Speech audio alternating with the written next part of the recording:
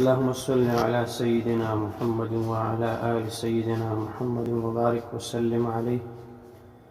وعن كعب بن عجرة قال قال رسول الله صلى الله عليه وسلم: إذا توضأ أحدكم فأحسن وضوءه ثم خرج عامدا إلى المسجد فلا يشبكن بين أصابعه فإنه في الصلاة. و دې حدیث کې پیغمبر علیه السلام مبارک فرمایي چې کله تاسو کې یو کس اودس وکړي، ښایسته اودس وکړي، ښایسته مراد د هغې د مستحباتو د هغې د واجباتو پوره خیال وساتي، چې د اودس هغه ښایسته طریقې سره وکړي چې کم هغې اودس کې مستحب دي، کم پکې فرایض دي چې د هغې پوره خیال وساتي چې دغې ته ښایسته اودس ویلی کېږي. پیغمبر علیه السلام فرمایي چې کله تاسو ښایسته اودس وکړئ او جومات ته د لمونځ په اراده باندې روان شئ نو فلا یشبکن بین اصابعه. وایي پیغمبر علیه السلام مبارک فرمایي چې تشبیک دې نه کوي په مابین د ګوتو کې. تشبیک دې ته ویلی کېږي دا ګوتې یو بل سره ورکول یا د ګوتو سره لوبې موبې کول، ټوکې وغیره کول، داسې ټکان وغیره ایستل په لاس باندې، دې ته ویلی کېږي. نو تشبیک به نه کوي. وجه سره پیغمبر علیه السلام مبارک فرمایي چې ځکه دی په حکم د مانځه کې دی،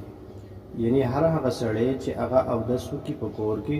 او د جومات ته صرف او صرف د لمونځ په اراده باندې روان شي، نو که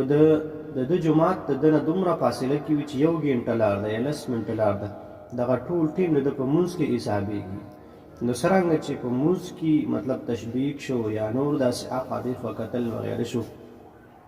د هغې سره لمونځ ماتېږي، خبرو سره لمونځ ماتېږي. نو دغه رنګې په لار باندې چې څوک روان دی او دی د لمونځ په اراده روان دی، نو دی به تشبیک نه کوي، ځکه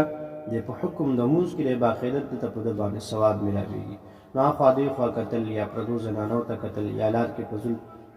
غیبت کول، پردی خبرې کول یا یو سره بل سره ودرېدل،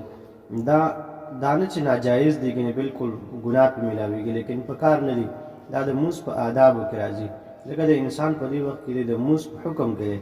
چې که د جومات ته را روان دی د لمونځ په حکم کې د ده ته پې ثواب میلاویږي، نو ولې دې ځان له هغه خپل ثواب خرابوي. نو چې کله هم تاسو په کور کې اودس کوئ،